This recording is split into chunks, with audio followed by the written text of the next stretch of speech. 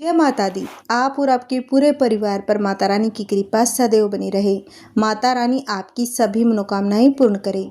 आइए नवरात्रि के चौथे दिन हम सुनेंगे दुर्गा सप्तशती के आगे के अध्याय। आइए हम सब मिलकर ध्यान करते हैं।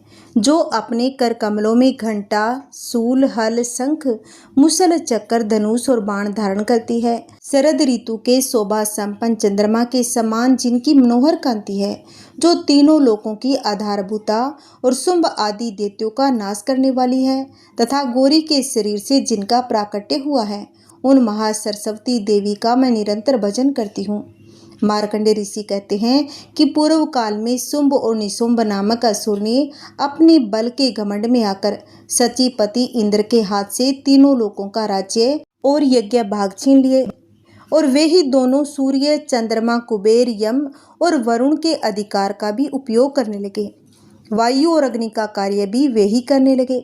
उन दोनों ने सब देवताओं को अपमानित, राज्य भ्रष्ट, पराजित तथा अधिकारहीन करके स्वर्ग से निकाल दिया। उन दोनों महान असुरों से तिरस्कृत देवताओं ने अपराजिता देवी का स्मरण किया और सोचा, जगदम्बा ने हम लोगों को वरदान दिया था कि आपत्ति काल में स्मरण करने पर मैं तुम्हारी सब आपत्तियों का तत्काल नाश कर दूंगी। यह विचार कर देवता गिरिराज हिमालय पर गए और वहां भगवती विष्णु माया की स्तुति करने लगे। देवता बोले कि देवी को नमस्कार है, महादेवी शिवा को सर्वदा नमस्कार है, प्रकृति एवं भद्रा को प्रणाम है। हम लोग नियम पूर्वक जगदम्बा को नमस्कार करते हैं। रुद्रा को नमस्कार है, नित्या, गौरी एवं धात्री को बारंबार नमस्कार है। ज्योत्सनामयी, चंद्रूपिणी एवं सुख स्वरूपा देवी को सतत प्रणाम है। शरणागतों का कल्याण करने वाली वृद्धि एवं सिद्धि रूपा देवी को हम बार बार नमस्कार करते हैं। निरेति राजाओं की लक्ष्मी तथा सर्वाणी स्वरूपा आप जगदम्बा को बार बार नमस्कार है। दुर्गा, दुर्गपारा, सबकी सारभूता, सर्वकारिणी, ख्याति कृष्णा और धूम्रा देवी को सर्वदा नमस्कार। अत्यंत सौम्य तथा अत्यंत रौद्र रूपा देवी को हम नमस्कार करते हैं। उन्हें हमारा बार बार प्रणाम है। जगत की आधारभूता कृति देवी को हम बार बार नमस्कार करते हैं। जो देवी सब प्राणियों में विष्णु माया के नाम से कही जाती है, उनको नमस्कार, उनको नमस्कार, उनको बार बार नमस्कार। जो देवी सब प्राणियों में चेतना कहलाती है, उनको नमस्कार, उनको नमस्कार, उनको बार बार नमस्कार। जो देवी सब प्राणियों में बुद्धि रूप से स्थित है, उनको नमस्कार, उनको नमस्कार, उनको बार बार नमस्कार। जो देवी सब प्राणियों में निद्रा रूप से स्थित है, उनको नमस्कार, उनको नमस्कार, उनको बार बार नमस्कार। जो देवी सब प्राणियों में सुधा रूप से स्थित है, उनको नमस्कार, उनको नमस्कार, उनको बार बार नमस्कार है। जो देवी सब प्राणियों में छाया रूप से स्थित है, उनको नमस्कार, उनको नमस्कार, उनको बार बार नमस्कार। जो देवी सब प्राणियों में शक्ति रूप से स्थित है, उनको नमस्कार, उनको नमस्कार, उनको बार बार नमस्कार। जो देवी सब प्राणियों में तृष्णा रूप से स्थित है, उनको नमस्कार, उनको नमस्कार, उनको बार बार नमस्कार है। जो देवी सब प्राणियों में समा रूप से स्थित है, उनको नमस्कार, उनको नमस्कार, उनको बार बार नमस्कार है। जो देवी सब प्राणियों में जाति रूप से स्थित है, उनको नमस्कार, उनको नमस्कार, उनको बार बार नमस्कार। जो देवी सब प्राणियों में लज्जा रूप से स्थित है, उनको नमस्कार, उनको नमस्कार, उनको बार बार नमस्कार है। जो देवी सब प्राणियों में शांति रूप से स्थित है, उनको नमस्कार, उनको नमस्कार, उनको बार बार नमस्कार है। जो देवी सब प्राणियों में श्रद्धा रूप से स्थित है, उनको नमस्कार, उनको नमस्कार, उनको बार बार नमस्कार है। जो देवी सब प्राणियों में कांति रूप से स्थित है, उनको मेरा बार बार नमस्कार है। जो देवी सब प्राणियों में लक्ष्मी रूप से स्थित है, उनको नमस्कार, उनको नमस्कार, उनको बारंबार नमस्कार है। जो देवी सब प्राणियों में वृत्ति रूप से स्थित है, उनको नमस्कार, उनको नमस्कार, उनको बार बार नमस्कार है। जो देवी सब प्राणियों में स्मृति रूप से स्थित है, उनको नमस्कार, उनको नमस्कार, उनको बार बार नमस्कार है। जो देवी सब प्राणियों में दया रूप से स्थित है, उनको नमस्कार, उनको नमस्कार, उनको बार बार नमस्कार है। जो देवी सब प्राणियों में तुष्टि रूप से स्थित है, उनको नमस्कार, उनको नमस्कार, उनको बार बार नमस्कार है। जो देवी सब प्राणियों में माता रूप से स्थित है, उनको नमस्कार, उनको नमस्कार, उनको बार बार नमस्कार है। जो देवी सब प्राणियों में भ्रांति रूप से स्थित है, उनको नमस्कार, उनको नमस्कार, उनको बार बार नमस्कार है। जो जीवों के इंद्रिय वर्ग की अधिष्ठात्री देवी एवं सब प्राणियों में सदा व्याप्त रहने वाली है, उन व्याप्ति देवी को बारंबार नमस्कार है। जो देवी चैतन्य रूप से इस संपूर्ण जगत को व्याप्त करके स्थित है, उनको नमस्कार, उनको नमस्कार, उनको बारंबार नमस्कार है। पूर्व काल में अपने अभिष्ट की प्राप्ति होने से देवताओं ने जिनकी स्तुति की तथा देवराज इंद्र ने बहुत दिनों तक जिनका सेवन किया, वह कल्याणकारी साधन भूता ईश्वरी हमारा कल्याण और मंगल करे तथा सारी आपत्तियों का नाश कर डाले। उदंड दैत्यों से सताए हुए हम सभी देवता जिन परमेश्वरी को इस समय नमस्कार करते हैं तथा जो भक्ति से विनम्र पुरुषों द्वारा स्मरण की जाने पर तत्काल ही संपूर्ण विपत्तियों का नाश कर देती है, वे जगदम्बा हमारा संकट दूर करें। मार्कंडेय ऋषि कहते हैं कि हे राजन, इस प्रकार जब देवता स्तुति कर रहे थे, उस समय पार्वती देवी गंगा जी के जल में स्नान करने के लिए वहां आई। उन सुंदर बोहों वाली भगवती ने देवताओं से पूछा, आप लोग यहाँ किसकी स्तुति करते हैं? तब उन्हीं के शरीर कोश से प्रकट हुई शिवा देवी बोली, शुंभ दैत्य से तिरस्कृत और युद्ध में निशुंभ से पराजित हो यहाँ एकत्रित हुए ये समस्त देवता यहाँ मेरी ही स्तुति कर रहे हैं। पार्वती जी के शरीर कोश से अंबिका का प्रादुर्भाव हुआ था, इसीलिए वे समस्त लोकों में कौशिकी कही जाती है।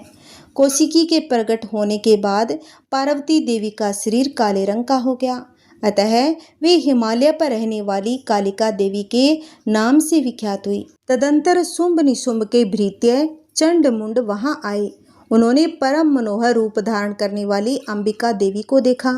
फिर वे शुंभ के पास जाकर बोले कि महाराज, एक अत्यंत मनोहर स्त्री जो अपनी दिव्य कांति से हिमालय को प्रकाशित कर रही है, वैसा उत्तम रूप कहीं किसी ने भी नहीं देखा होगा। सुरेश्वर, पता लगाइए वह देवी कौन है और उसे ले लीजिए। स्त्रियों में तो वह रतन है, उसका प्रत्येक अंग बहुत ही सुंदर है तथा वह अपने श्री अंगों की प्रभा से संपूर्ण दिशाओं में प्रकाश फैला रही है। दैत्यराज, अभी वह हिमालय पर ही मौजूद है, आप उसे देख सकते हैं। प्रभु, तीनों लोकों में मणि, हाथी और घोड़े आदि जितने भी रत्न हैं, वे सब इस समय आपके घर में शोभा पाते हैं। हाथियों में रत्नभूत ऐरावत, यह पारिजात का वृक्ष और यह उच्च सर्वा घोड़ा, यह सब आपने इंद्र से ले लिया।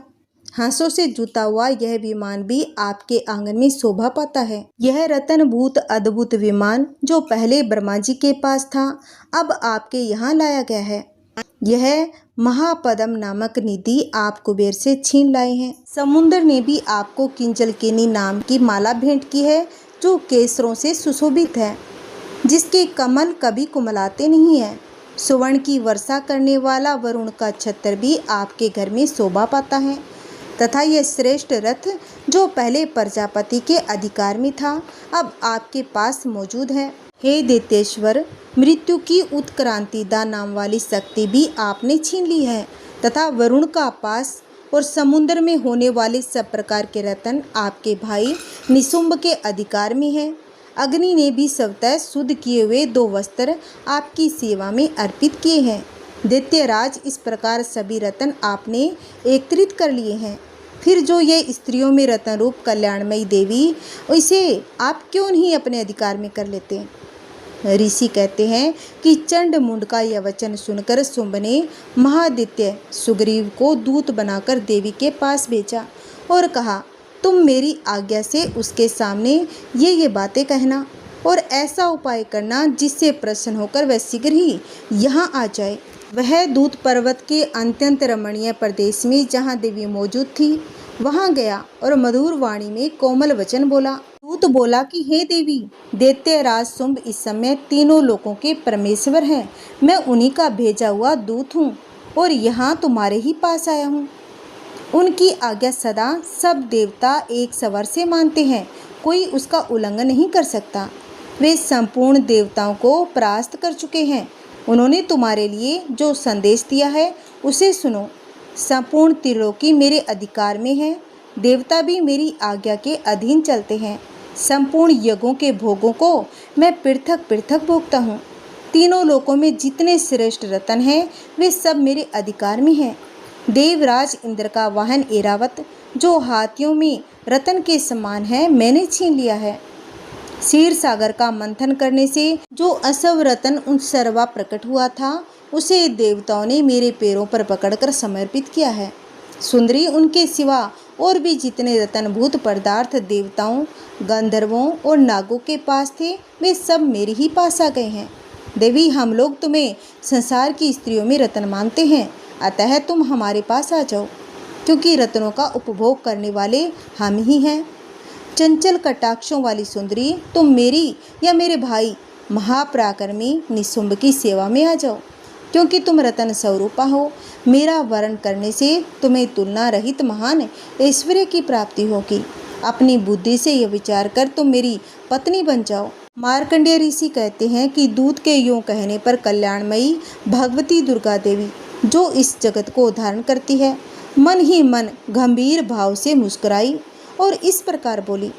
देवी ने कहा कि दूत, तुमने सत्य कहा, इसमें तनिक भी मिथ्या नहीं है। शुंभ तीनों लोकों का स्वामी है और निशुंभ भी उसी के समान पराक्रमी, किंतु इस विषय में मैंने जो प्रतिज्ञा कर ली है उसे मिथ्या कैसे करूं? मैंने अपनी अल्प बुद्धि के कारण पहले से जो प्रतिज्ञा कर रखी है उसे सुनो। जो मुझे संग्राम में जीत लेगा, जो मेरे अभिमान को चूर्ण कर देगा तथा संसार में जो मेरे समान बलवान होगा वही मेरा स्वामी होगा। इसीलिए शुंभ अथवा महादित्य निशुंभ स्वयं ही यहाँ पधारे और मुझे जीतकर शीघ्र ही मेरा पाणी ग्रहण कर ले। इसमें विलंब की क्या आवश्यकता है? दूत बोला कि देवी, तुम घमंड में भरी हो, मेरे सामने ऐसी बातें न करो। तीनों लोकों में कौन ऐसा पुरुष है जो शुंभ निशुंभ के सामने खड़ा हो सके? देवी, अन्य दैत्यों के सामने भी सारे देवता युद्ध में नहीं ठहर सकते, फिर तुम अकेली स्त्री होकर कैसे ठहर सकती हो? जिन शुंभ आदि दैत्यों के सामने इंद्र आदि सब देवता भी युद्ध में खड़े नहीं हुए, उनके सामने तुम स्त्री होकर कैसे जाओगी? इसीलिए तुम मेरे ही कहने से शुंभ निशुंभ के पास चली चलो। ऐसा करने से तुम्हारे गौरव की रक्षा होगी, अन्यथा जब वे केस पकड़कर घसीटेंगे तब तुम्हें अपनी प्रतिष्ठा खोकर जाना पड़ेगा। देवी ने कहा, तुम्हारा कहना ठीक है, शुंभ बलवान है, निशुंभ भी बड़े पराक्रमी है, किंतु क्या करूं? मैंने पहले बिना सोचे समझे प्रतिज्ञा कर रखी है, अतः अब तुम जाओ। मैंने तुमसे जो कहा वह सब दैत्यराज से आदरपूर्वक कहना, फिर वे जो उचित जान पड़े करें। इस प्रकार श्री मार्कंडेय पुराण में सावणिक मनवंतर की कथा के अंतर्गत देवी महात्म्य में देवी दूत संवाद नामक 5वां अध्याय भी पूरा हुआ। आइए अब सुनते हैं छठा अध्याय। छठे अध्याय में धूमर लोचन वध का वर्णन किया गया है। छठा अध्याय सुनने से पहले हम करते हैं माँ जगदम्बा का ध्यान। सर्वेश्वर भैरव के अंग में निवास करने वाली परमोत्कृष्ट पद्मावती देवी का चिंतन करती हूँ। वे नागराज के आसन पर बैठी है। नागों के फणों में सुशोभित होने वाली मणियों की विशाल माला से उनकी देहलता उद्भासित हो रही है। सूर्य के समान उनका तेज है। 3 नेत्र उनकी शोभा बढ़ा रहे हैं। वे हाथों में माला, कुंभ, कपाल और कमल लिए हुए हैं तथा उनके मस्तक में अर्धचंद्र का मुकुट सुशोभित है। आगे की कथा सुनो। मार्कंडेय ऋषि कहते हैं कि देवी का यह कथन सुनकर दूतों को बड़ा आश्चर्य हुआ। उसने दैत्यराज के पास जाकर सब समाचार विस्तार पूर्वक सुनाया। दूत के उस वचनों को सुनकर दैत्यराज कुपित हो उठा और दैत्य सेनापति धूमरलोचन से बोला कि धूमरलोचन, तुम शीघ्र अपनी सेना साथ लेकर जाओ। उस दुष्ट के केस पकड़कर घसीटते हुए उसे बलपूर्वक यहाँ ले आओ। उसकी रक्षा करने के लिए यदि कोई दूसरा खड़ा हो तो वह देवता, यक्ष अथवा गंधर्व ही क्यों न हो, उसे अवश्य मार डालना। ऋषि कहते हैं कि शुंभ के इस प्रकार आज्ञा देने पर वह धूमरलोचन दैत्य 60,000 असुरों की सेना को साथ लेकर वहाँ से तुरंत चल दिया। वहाँ पहुंचकर उसने हिमालय पर रहने वाली देवी को देखा और ललकार कर कहा, अरे तू शुंभ निशुंभ के पास चल। यदि इस समय प्रसन्नता पूर्वक मेरे स्वामी के समीप नहीं चलेगी तो मैं बलपूर्वक केस पकड़कर घसीटते हुए तुझे ले चलूँगा। देवी बोली, तुम्हें दैत्यों के राजा ने भेजा है। तुम स्वयं भी बलवान हो और तुम्हारे साथ विशाल सेना भी है। ऐसी दशा में यदि मुझे बलपूर्वक ले चलोगे तो मैं तुम्हारा क्या कर सकती हूँ। ऋषि बोले कि देवी के यूँ कहने पर असुर धूम्रलोचन उनकी ओर दौड़ा। तब अंबिका ने हुंकार शब्द के उच्चारण मात्र से उसे भस्म कर दिया। फिर तो क्रोध में भरी हुई दैत्यों की विशाल सेना और अंबिका ने एक दूसरे पर तीखे सहायकों, शक्तियों तथा फरसों की वर्षा आरंभ कर दी। इतने में ही देवी का वाहन सिंह क्रोध में भरकर भयंकर गर्जना करके गर्दन के बालों को हिलाता हुआ असुरों की सेना में कूद पड़ा। उसने कुछ दैत्यों को पंजों की मार से, कितनों को अपनी जबड़ों से और कितने ही महादैत्य को पकड़कर ओड़ की जड़ों से घायल करके मार डाला। उस सिंह ने अपने नखों से कितनों के पेट फाड़ डाले और थप्पड़ मारकर कितनों के सिर धड़ से अलग कर दिए। कितनों की भुजाएं और मस्तक काट डाले तथा अपनी गर्दन के बाल हिलाते हुए उसने दूसरे दैत्यों के पेट फाड़कर उनका रक्त चूस लिया। अत्यंत क्रोध में भरे हुए देवी के वाहन उस महाबली सिंह ने क्षण भर में ही असुरों की सारी सेना का संहार कर डाला।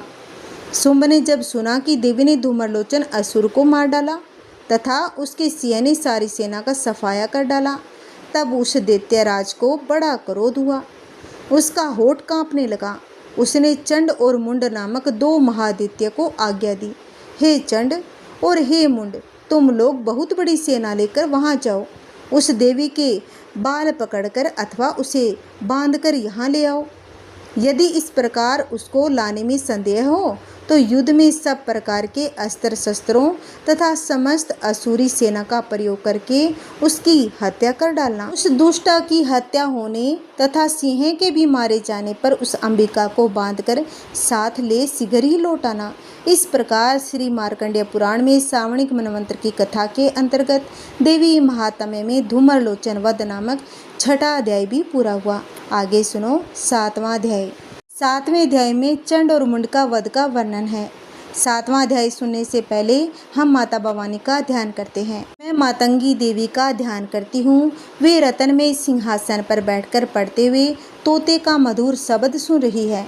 उनके शरीर का वर्ण श्याम है। वे अपना एक पैर कमर पर रखे हुए हैं और मस्तक पर अर्धचंद्र धारण करती है तथा गले का हार पुष्पों की माला धारण किए वीणा बजाती है। उनके अंग में कसी हुई चोली शोभा पा रही है। रंग की साड़ी पहने हाथों में शंख भय पात्र लिए हुए हैं।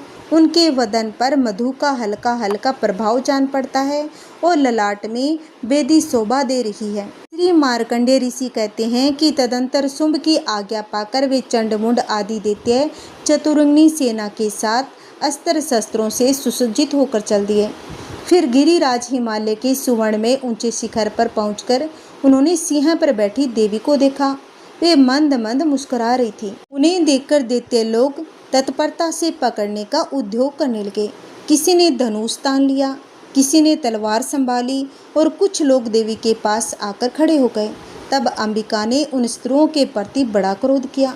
उस समय क्रोध के कारण उनका मुख लाल पड़ गया, ललाट में बोहें टेढ़ी हो गई और वहां से तुरंत विकराल मुखी काली प्रकट हुई जो तलवार और पास लिए हुए थी। वे विचित्र खटवांग धारण किए और चीते के चर्म की साड़ी पहने नर मुंडों की माला से विभूषित थी। उनके शरीर का मांस सूख गया था, केवल हड्डियों का ढांचा था जिसे वे अत्यंत भयंकर जान पड़ती थी। उनका मुख बहुत विशाल था।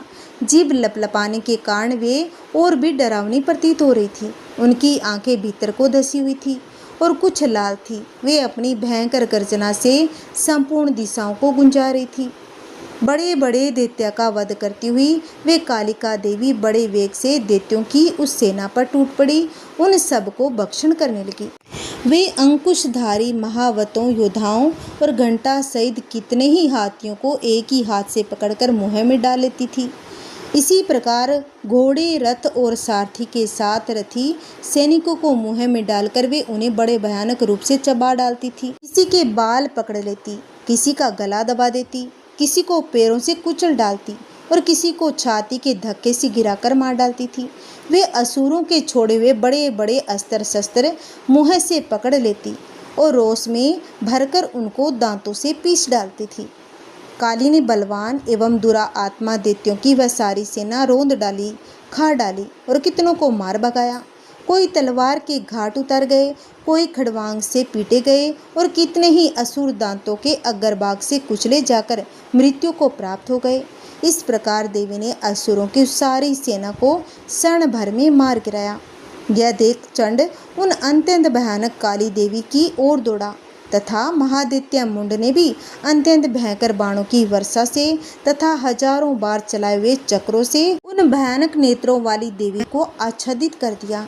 वे अनेकों चक्कर देवी के मुख में समाते हुए ऐसे जान पड़े मानो सूर्य के बहुतेरे मंडल बादल के उदर में प्रवेश कर रहे हो। तब भयंकर गर्जना करने वाली काली ने अत्यंत रोष में भरकर विकट अट्टहास किया। उस समय उनके विकराल वदन के भीतर कठिनता से देखे जा सकने वाले दांतों की प्रभा से वे अत्यंत उज्जवल दिखाई देती थी। देवी ने बहुत बड़ी तलवार हाथ में लेकर अह का उच्चारण करके चंड पर धावा किया। उसके केस पकड़कर उसी तलवार से उसका मस्तक काट डाला। चंड को मरा गया देखकर मुंड भी देवी की ओर दौड़ा। तब देवी ने रोष में भरकर उसे भी तलवार से घायल करके धरती पर सुला दिया। महापराक्रमी चंड और मुंड को मारा गया देख मरने से बची हुई बाकी सेना भय से व्याकुल हो चारों ओर भाग गई। तदंतर काली ने चंड और मुंड का मस्तक हाथ में लेकर चंडिका के पास जाकर प्रचंड अट्टहास करते हुए कहा कि देवी, मैंने चंड और मुंड नामक इन दो महापशुओं को तुम्हें भेंट किया है। अब युद्ध यज्ञ में तुम शुंभ और निशुंभ का स्वयं ही वध करना। ऋषि कहते हैं कि वहां लाए हुए उन चंड मुंड नामक महादैत्यों को देखकर कल्याणमयी चंडी ने काली से मधुर वाणी में कहा कि देवी, तुम चंड और मुंड को लेकर मेरे पास आई हो, इसीलिए संसार में चामुंडा के नाम से तुम्हारी ख्याति होगी। इस प्रकार श्री मार्कंडेय पुराण में सावर्णिक मनवंतर की कथा के अंतर्गत देवी महात्म्य में चंड मुंड वध का 7वां अध्याय भी पूरा हुआ। आइए अब सुनते हैं 8वां अध्याय। 8वें अध्याय में रक्तबीज वध का वर्णन है। अध्याय सुनने से पहले हम माता का ध्यान करते हैं। मैं अणिमा आदि सिद्धिमयी किरणों से आवृत भवानी का ध्यान करती हूँ। उनके शरीर का रंग लाल है, नेत्रों में करुणा लहरा रही है तथा हाथों में पास और अंकुश बाण और धनुष शोभा पाते हैं। ऋषि कहते हैं कि चंड और मुंड नामक दैत्यों के मारे जाने तथा बहुत सी सेना का संहार हो जाने पर दैत्यों के राजा प्रतापी शुंभ के मन में बड़ा क्रोध हुआ। उसने दैत्यों की संपूर्ण सेना को युद्ध के लिए कूच करने की आज्ञा दी। वह बोला, आज उदययुध नाम के 86 दैत्य सेनापति अपनी सेनाओं के साथ युद्ध के लिए प्रस्थान करें और कंबू नाम वाले दैत्यों के 84 सेनानायक अपनी वाहिनी सेना से घिरे हुए यात्रा करें। 50 कोटि वीर्य कुल के और 100 धूमर कुल के असुर सेनापति मेरी आज्ञा से सेना सहित कूच करें। काल्क दोहैद्र मौर्य और काल के असुर भी युद्ध के लिए तैयार हो मेरी आज्ञा से तुरंत प्रस्थान करें। भयानक शासन करने वाला असुराज शुंभ इस प्रकार आज्ञा दे सहस्त्रों बड़ी बड़ी सेनाओं के साथ युद्ध के लिए प्रतिष्ठित हुई। उसकी अत्यंत भयंकर सेना आती देख चंडिका ने अपने धनुष की टंकार से पृथ्वी और आकाश के बीच का भाग गुंजा दिया।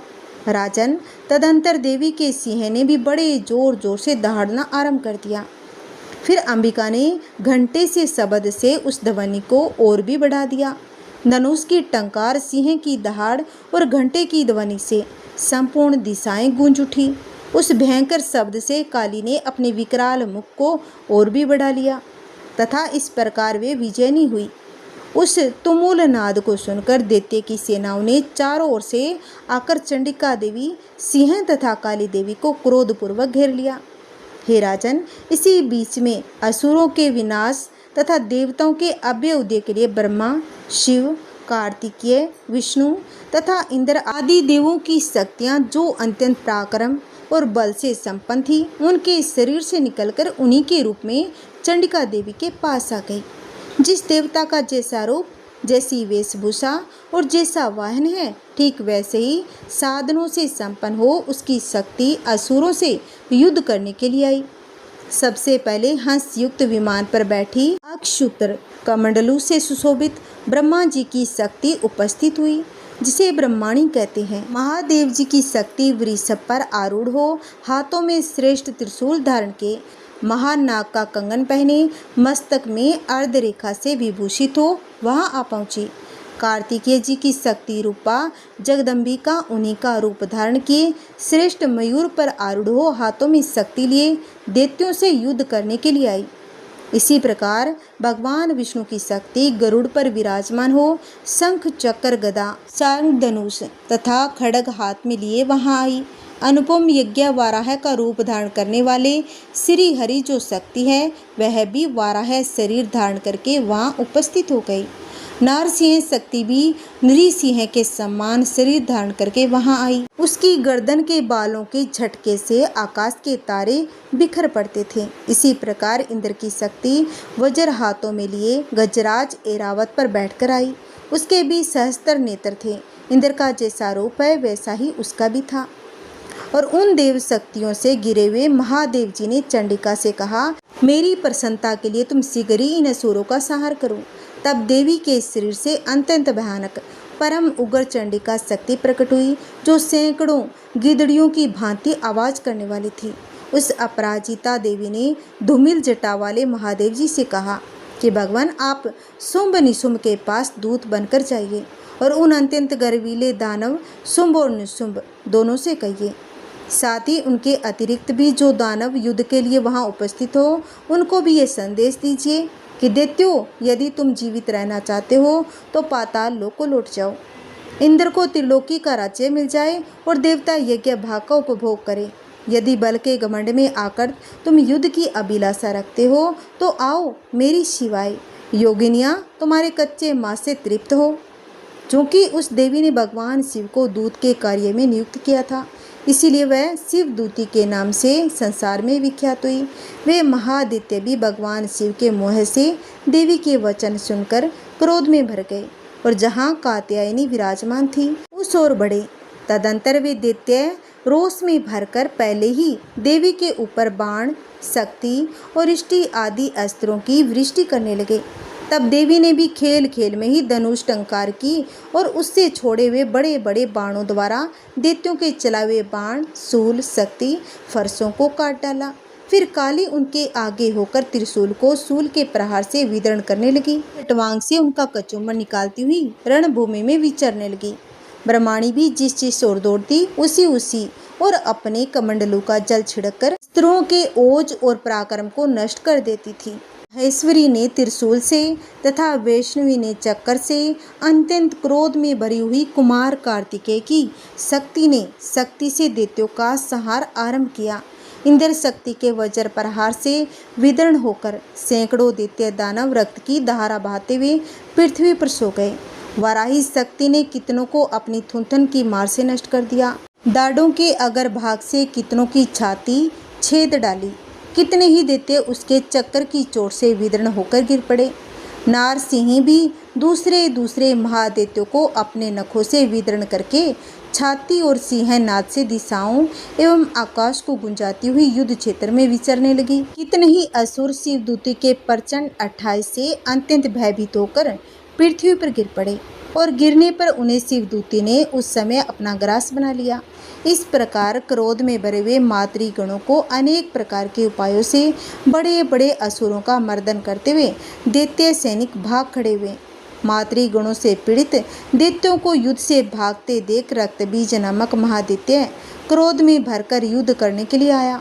उसके शरीर से जब रक्त की बूंद पृथ्वी पर गिरती तब उसी के समान शक्तिशाली एक दूसरा महादैत्य पृथ्वी पर पैदा हो जाता। महासुर रक्त बीज हाथ में गदा लेकर इंद्र शक्ति के साथ युद्ध करने लगा।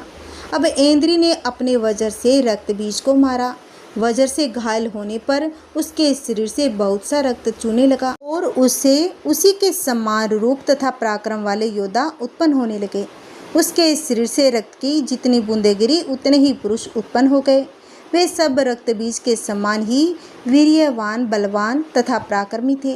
वे रक्त से उत्पन्न होने वाले पुरुष भी अत्यंत भयंकर अस्त्र शस्त्रों का प्रहार करते हुए वह मातृगणों के साथ घोर युद्ध करने लगे। पुनः वज्र के प्रहार से जब उसका मस्तक घायल हुआ तब रक्त बहने लगा उसे हजारों पुरुष उत्पन्न होते गए। वैष्णवी ने युद्ध में रक्त बीज पर चक्र का प्रहार किया तथा इंद्री ने उस द्वितीय सेनापति को गदा से चोट पहुंचाई। वैष्णवी के चक्कर से घायल होने पर उसके शरीर से जो रक्त बहा, उससे जो उसी के बराबर आकार वाले सहस्त्रों महादित्य प्रकट हुए, उनके द्वारा संपूर्ण जगत व्याप्त हो गया। कुमारी ने शक्ति से, वाराही ने खड्ग से और माहेश्वरी ने त्रिशूल से महादित्य रक्त बीज को घायल किया। क्रोध में भरे हुए उस महादित्य रक्त बीज ने भी गदा से सभी मातृ शक्ति पर पृथक पृथक प्रहार किया। शक्ति और शूल आदि से अनेक बार घायल होने पर जो उसके शरीर से रक्त की धारा पृथ्वी पर गिरी, उससे भी निश्चय ही सैकड़ों असुर उत्पन्न हुए। इस प्रकार उस महादित्य के रक्त से प्रकट हुए असुरों द्वारा संपूर्ण जगत व्याप्त हो गया। इससे उन देवताओं को बड़ा भय हुआ।